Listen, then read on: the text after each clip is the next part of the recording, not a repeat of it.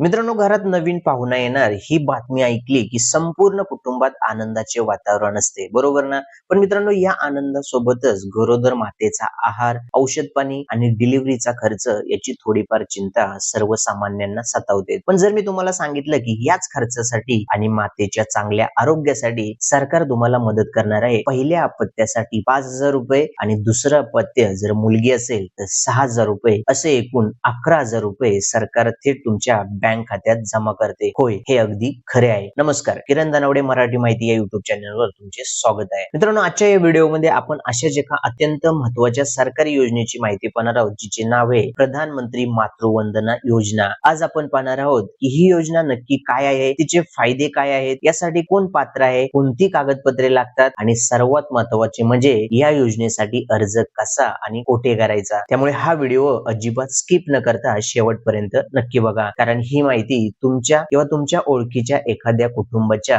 नक्कीच उपयोगी पडू शकते. तर चला व्हिडिओ सुरू करूया. तुमच्या मनात पहिला प्रश्न आला असेल की ही योजना नक्की आहे तरी काय? अगदी साध्या सोप्या भाषेत सांगायचं तर गरोदर महिला आणि स्तनदा मातांना म्हणजे बाळाला दूध पाजणाऱ्या मातांना आर्थिक मदत करण्यासाठी केंद्र सरकारने 1 जानेवारी 2017 रोजी प्रधानमंत्री मातृवंदना योजना सुरू केली. तेव्हापासून आजपर्यंत झालेल्या बदलासह ही योजना संपूर्ण देशात यशस्वीपणे राबवली जात आहे. थोडक्यात सांगायचं तर प्रधानमंत्री मातृवंदना योजना ही महिला व बाल विकास मंत्रालयाअंतर्गत राबवली जाणारी मातृत्व लाभ योजना आहे. तर या योजनेचे मुख्य उद्देश काय आहे? तर बऱ्याचदा काय होतं की आर्थिक परिस्थिती बेताची असल्यामुळे गरोदरपणात महिलांना जो पौष्टिक आहार मिळायला हवा तो मिळत नाही. शिवाय गरोदरपणात आणि बाळंतपणानंतर महिलांना विश्रांती घ्यावी लागते. त्यामुळे हातावर पोट असणाऱ्या गरिबांची मजुरी बुडते आणि पैशा अभावी मातेला योग्य आहार हीच अडचण दूर करण्यासाठी सरकार या योजनेतून आर्थिक मदत देते, जेणेकरून आई आणि बाळ दोघेही सुदृढ राहतील. या योजनेचे 3 मुख्य उद्देश आहेत. 1. मजुरीची भरपाई. बुडणाऱ्या मजुरीची काही प्रमाणात भरपाई करून महिलांना विश्रांती आणि चांगला आहार मिळावा. 2. आरोग्याची काळजी. गरोदरपणात वेळेवर सरकारी दवाखान्यात जाऊन तपासण्या करण्याची सवय लागावी. 3. मुलींच्या जन्माला प्रोत्साहन. समाजात मुलींच्या जन्माला प्रोत्साहन मिळावे आणि स्त्री भ्रूण हत्या रोखली जावी, हे या योजनेचे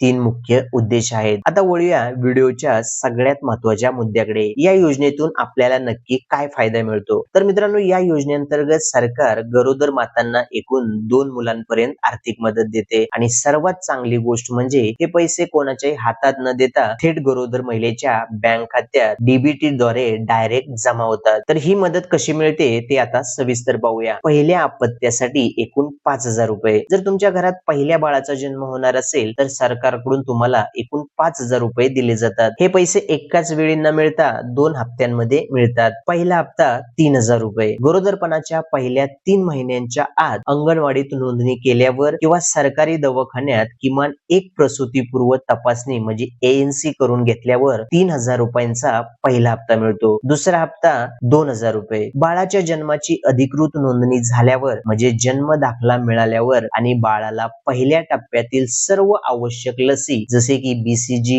OPV, DPT आणि हेपेटायटिस B दिल्यानंतर 2,000 रुपयांचा दुसरा हप्ता मिळतो. तर दुसऱ्या अपत्यासाठी फक्त मुलगी असल्यास एकूण 6,000 रुपये एकाच हप्त्यात. जर तुम्हाला आधीच एक बाळ असेल आणि दुसऱ्या वेळी जर तुम्हाला मुलगी झाली तर मुलींच्या जन्माला प्रोत्साहन देण्यासाठी सरकार थेट 6,000 रुपये देते. विशेष म्हणजे हे पैसे एकाच हप्त्यात दिले जातात. पण यासाठी गरोदर असतानाच योजनेत नोंदणी करणे आवश्यक आहे आणि हा लाभ मिळवण्यासाठी बाळाचा जन्म दाखला म्हणजे बर्थ सर्टिफिकेट सादर करणे आवश्यक आहे, हे लक्षात ठेवा. पण जर दुर्दैवाने पहिल्या गरोदरपणात गर्भपात म्हणजे मिसकॅरेज झाले किंवा मृत बाळ जन्माला आले तर पुढच्या वेळी जेव्हा ती महिला पुन्हा गरोदर राहील तेव्हा तिला नवीन लाभार्थी मानून या योजनेचा पूर्ण लाभ नव्याने दिला जातो. आता फायदे तर समजले, पण या योजनेसाठी नक्की कोण पात्र आहे? योजनेसाठी पात्र असणाऱ्या महिला कोणत्या आहेत असा प्रश्न तुम्हाला पडला असेल तर याच्या अटी अगदी सोप्या आहेत. या योजनेचा लाभ घेण्यासाठी गरोदर महिला खालीलपैकी कोणत्याही एका गटात मोडणारी असावी. अनुसूचित जाती म्हणजे SC किंवा अनुसूचित जमाती म्हणजे ST प्रवर्गातील महिला, 40% किंवा त्याहून अधिक अपंगत्व असलेल्या दिव्यांग महिला, दारिद्र्य रेषेखालील म्हणजेच BPL रेशन कार्ड धारक महिला, आयुष्यमान भारत योजनेच्या लाभार्थी महिला, ई-श्रम कार्ड धारक असलेल्या महिला, PM किसान सन्मान निधी योजनेच्या लाभ घेणाऱ्या महिला, तसेच मनरेगा जॉब कार्ड धारक महिला आणि ज्यांच्या कुटुंबाचे एकूण वार्षिक उत्पन्न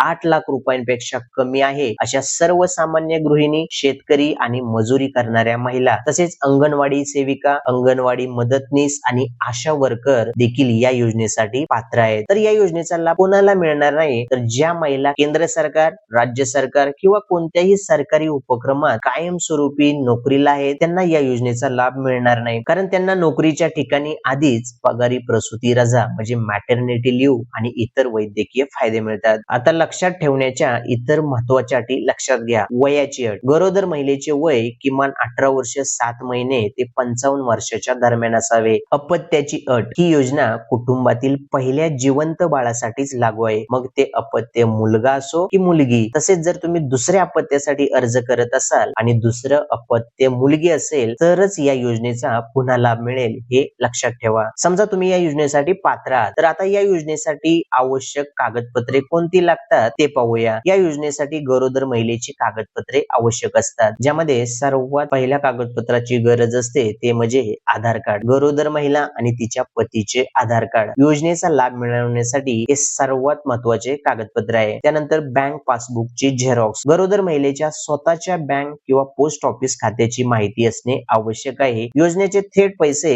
बँक खात्यात जमा होण्यासाठी बँक खाते आधार कार्डशी जोडलेले म्हणजेच लिंक असणे अत्यंत गरजेचे आहे. त्यानंतर माता बाल संरक्षण कार्ड म्हणजेच अंगणवाडीतून मिळणारे MCP कार्ड किंवा नोंदणीची फाईल आणि मोबाईल नंबर. आधार कार्डशी लिंक असलेला तुमचा चालू मोबाईल नंबर देखील असणे आवश्यक आहे. तसेच जर तुम्ही सरकारी दवाखान्यात प्रसूती करणार असाल तर तुमचे आभा कार्ड, ई श्रम कार्ड आणि आयुष्यमान कार्ड देखील तुमच्याकडे असणे आवश्यक आहे. तसेच दुसऱ्या अपत्यासाठी विशेष नोंद लक्षात घ्या. प्रधानमंत्री मातृ योजनेअंतर्गत जर तुम्ही दुसऱ्या अपत्यासाठी अर्ज करत असाल आणि दुसरे अपत्य जर मुलगी असेल तर बाळाचा जन्म दाखला म्हणजे बर्थ सर्टिफिकेट जोडणे आवश्यक आहे. तर ही सर्व कागदपत्रे या योजनेसाठी आवश्यक असणार आहेत. कागदपत्रे काय लागतात हे सुद्धा समजले, पण आता तुमच्या मनात नक्कीच प्रश्न आला असेल की प्रधानमंत्री मातृ वंदना योजनेचा अर्ज कुठे आणि कसा करायचा? यासाठी सरकारी कार्यालयात चक्रा माराव्या लागतील का? तर मित्रांनो, अजिबात नाही. याची प्रक्रिया एकदम सोपी आहे. हा अर्ज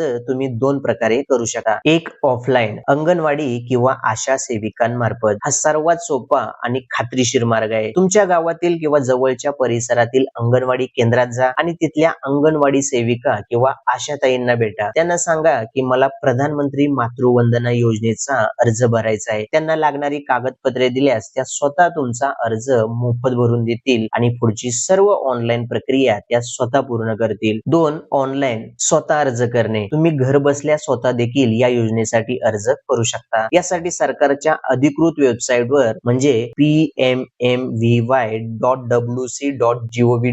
या अधिकृत वेबसाईट वरती जाऊन तुम्ही स्टेप बाय स्टेप पद्धतीने नोंदणी करू शकता. ही प्रक्रिया पूर्णपणे मोफत आहे. परंतु जर वेबसाईट वर काही तांत्रिक अडचणी, टेम्पररी सिटीजन लॉग इन हा ऑप्शन रिमूव्ह करण्यात आला असेल तर वेळ न घालवता तुमच्या जवळच्या अंगणवाडी केंद्रात जाऊन अर्ज करणे सर्वात उत्तम ठरेल. या योजनेची ऑनलाईन आणि ऑफलाईन अर्ज प्रक्रिया ही पूर्णपणे मोफत आणि सुलभ आहे. त्यामुळे कोणालाही उगाचच पैसे देऊ नका. तर अशा पद्धतीने तुम्ही ऑनलाईन किंवा ऑफलाईन दोन्ही पद्धतीने या योजनेसाठी अगदी मोफतपणे अर्ज करू शकता. आता महत्वाची सूचना लक्षात घ्या. पहिल्या हप्त्यासाठी अटी. अंगणवाडी नोंदणी. पहिल्या हप्त्याचा लाभ मिळवण्यासाठी गरोदरपणाची लवकरात लवकर म्हणजे 3 महिन्याच्या आत अंगणवाडीत नोंदणी करणे आवश्यक आहे. त्यानंतर वैद्यकीय तपासणी. यासोबतच गरोदरपणात किमान एक प्रसूतीपूर्व तपासणी म्हणजे ANC करून घेणे गरजेचे आहे. जर या प्रक्रियेला उशीर झाला तर या योजनेचा पहिला हप्ता मिळण्यास अडचण येऊ शकते. तसेच लाभार्थी महिलेचे बँक खाते